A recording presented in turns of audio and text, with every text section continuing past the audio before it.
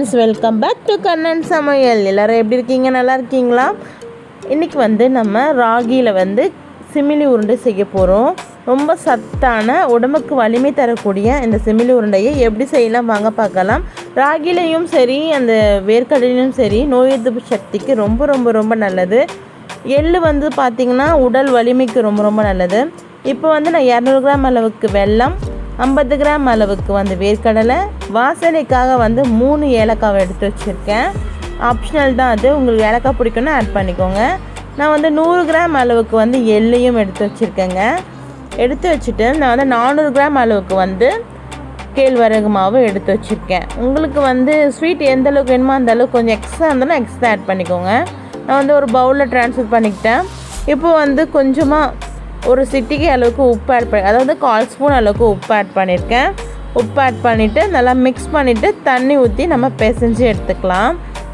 அதாவது சில பேர் சப்பாத்தி போலவும் செஞ்சு பண்ணுவாங்க. பட் நான் கொஞ்சம் தளர்வாக பிசைஞ்சிட்டு நான் அடைகளாக சுட்டு எடுத்துக்க போகிறேன். நல்லா பிசைஞ்சு எடுத்துக்கோங்க. பாருங்கள், எனக்கு இந்த அளவுக்கு நல்லா இந்த அளவுக்கு நம்ம அடைகளாக தட்டுற அளவுக்கு நான் எடுத்து வச்சுருக்கேன். போல் நம்ம நல்லா தளர்வாக பிசைஞ்சு எடுத்துக்கலாம். இங்கே பாருங்கள், இந்த அளவுக்கு நான் பிசைஞ்சு எடுத்துருக்கேன். பார்த்திங்கன்னா உங்களுக்கு தெரியும். நீங்கள் சப்பாத்தி மாதிரி பண்ணணுன்னாலும் கொஞ்சம் கெட்டி சப்பாத்தி பதத்துக்கு பிசைஞ்சு கூட நீங்கள் பண்ணலாம். இப்போ எனக்கு சூப்பராக ரெடி ஆகிடுச்சு. இப்போ நம்ம செய்ய ஆரம்பிச்சிடலாங்க. இப்போ ஒரு தோசை பேன் வச்சுட்டேன். ஆயில் ஆட் பண்ணிக்கலாம்.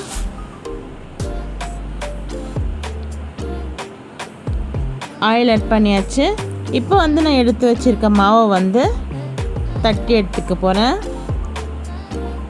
தட்டும் போது லைட்டாக தண்ணி தொட்டுட்டு நீங்கள் தட்டிட்டிங்கன்னா உங்களுக்கு ஈஸியாக தட்ட வரும். ஒரே ஈவனாக நம்ம தட்டி எடுத்துக்கலாம்.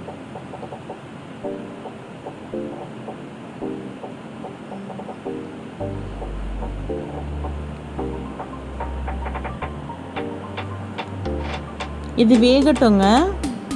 இது வெந்திருக்கணும், ஆனால் ரொம்ப கிறிஸ்பியாக வேகணும்னா கிடையாது, வெந்திருக்கணும், அவ்வளோதான். நான் எள்ளு வறுத்து எடுத்துக்க போகிறேங்க. எள்ளு வாங்கும் போதே ரொம்ப தூசி தான் இருக்கும். நம்ம வாஷ் பண்ணிவிட்டு கொஞ்சம் நேரம் காய வச்சுட்டு அதுக்கப்புறமா யூஸ் பண்ணிக்கலாம். அப்படி தான் எடுத்திருக்கேன். இப்போ நான் எள்ளு வறுத்து எடுத்துக்க போகிறேன். ஒரு பக்கம் அது வேகட்டும். அடை வெந்துட்டு இருக்கு. எள்ளை நல்லா வாசனை வர அளவுக்கு நல்லா வறுத்து எடுத்துக்கலாம். எள்ளோட வாசனையே செம்மையாக இருக்குது. இப்போ எள்ளு நல்லா வறுபட்டுடுச்சு. இப்போ மிக்ஸி ஜாரில் ஆட் பண்ணிக்கிட்டேன். ஆட் பண்ணிவிட்டு கிரைண்ட் பண்ணி, ரொம்ப தூளாக கிரைண்ட் பண்ணாமல் மீடியமான அளவுக்கு கிரைண்ட் பண்ணி எடுத்துக்கிறேன். பாருங்கள், இந்த அளவுக்கு நான் கிரைண்ட் பண்ணி எடுத்திருக்கேன். இப்போ ஒரு பவுலில் ட்ரான்ஸ்ஃபர் பண்ணி பக்கமாக வச்சிடலாம். அப்புறம் வேர்க்கடலை பச்சை வேர்க்கடலையை வறுத்து தோல் உரிச்சிட்டு இதையும் கிரைண்ட் பண்ணி எடுத்துக்கலாம். பாருங்கள், இந்த அளவுக்கு நான் கிரைண்ட் பண்ணி எடுத்திருக்கேன். இதையும் பக்கமாக வச்சுக்கலாம். இப்போ நம்ம எள்ளு வேர்க்கடலை ரெண்டுமே ரெடியாக இருக்குது. இப்போ நம்ம எடுத்து வச்சுருக்க வெல்லத்தை ஆட் பண்ணிக்க போகிறோம். வெல்லத்துக்கூடயே நம்ம ஏலக்காவையும் சேர்த்து அரைச்சி எடுத்துக்கலாங்க. பாருங்கள், நான் இந்த அளவுக்கு, பார்த்திங்களா தெரியும், இந்த அளவுக்கு நைஸாக அரைச்சி எடுத்து வச்சுருக்கேன். இது கேழ்வரகோடு நம்ம பிசையும் போது நல்லா மெல்ட் ஆகி வரும். ஸோ நான் இந்த அளவுக்கு பிசைஞ்சு எடுத்திருக்கேன். இப்போ பார்த்திங்கன்னா நமக்கு அடையும் சூப்பராக ரெடி ஆகிடுச்சு. அதாவது கேழ்வரகு அடையும் ரெடி ஆகிடுச்சு. இப்போ நான் குட்டி குட்டியாக உதுத்துட்டு மிக்ஸி ஜாரில் ஆட் பண்ணிக்க போகிறேங்க. பாருங்கள், இது போல் நான் உங்களுக்கு எந்த அளவுக்கு வேணுமோ அந்த அளவுக்கு நீங்கள் உதுத்துக்கோங்க. அதாவது இது வெந்திருக்கணும், ராகி வெந்திருக்கணும். அதுக்கு ரொம்ப தீச்சலாம் வேகணும்னு அவசியம் கிடையாது, வெந்திருக்கணும், அவ்வளோதான்.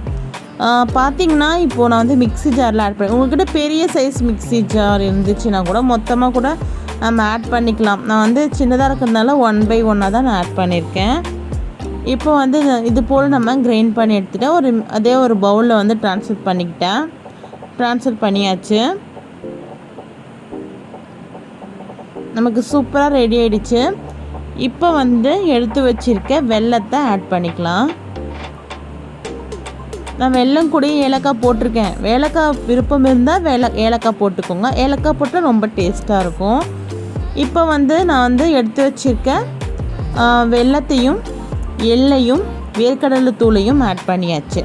ஆட் பண்ணிவிட்டு இது நல்லா மிக்ஸ் பண்ணி விட்டுக்கலாம். இது மிக்ஸ் பண்ணும்போதே அந்த வெல்லத்து வந்து நல்லா மெல்ட் ஆகும் பாருங்கள். லட்டு போல் பிடிக்கவும் வரும்.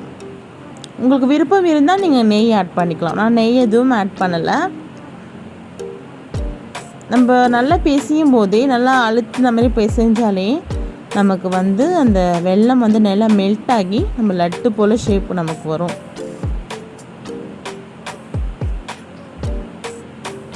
ஆல்ரெடி வந்துடுச்சு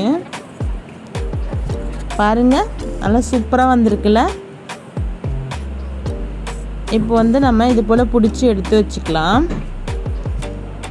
பாருங்கள், ரொம்ப சூப்பரான நம்ம சிமிலி உருண்டை ரெடி ஆகிடுச்சு. நீங்களும் உங்கள் வீட்டில் இதே போல் ட்ரை பண்ணி பாருங்கள். உங்கள் குழந்தைங்களுக்கும் செஞ்சு கொடுங்க. நோய் எதிர்ப்பு சக்திக்கு ரொம்ப ரொம்ப ரொம்ப நல்லது. கண்டிப்பாக இந்த சுச்சுவேஷனில் கண்டிப்பாக இந்த உருண்டை ஹெல்த்தியான அந்த சிமிலி உருண்டையை செஞ்சு கொடுங்க. இந்த வீடியோ உங்களுக்கு பிடிச்சிருந்தா மறக்காமல் லைக் பண்ணுங்கள், ஷேர் பண்ணுங்கள், கமெண்ட் பண்ணுங்கள். மறக்காமல் கண்ணன் சமையல் சேனலை சப்ஸ்கிரைப் பண்ணுங்கள். நோட்டிஃபிகேஷன் பெல் பட்டனை கிளிக் பண்ணிக்கோங்க. அப்போ தான் நான் போகிற வீடியோஸ் எல்லாமே உங்களுக்கு உடனுக்குடன் வரும். நோயின்றி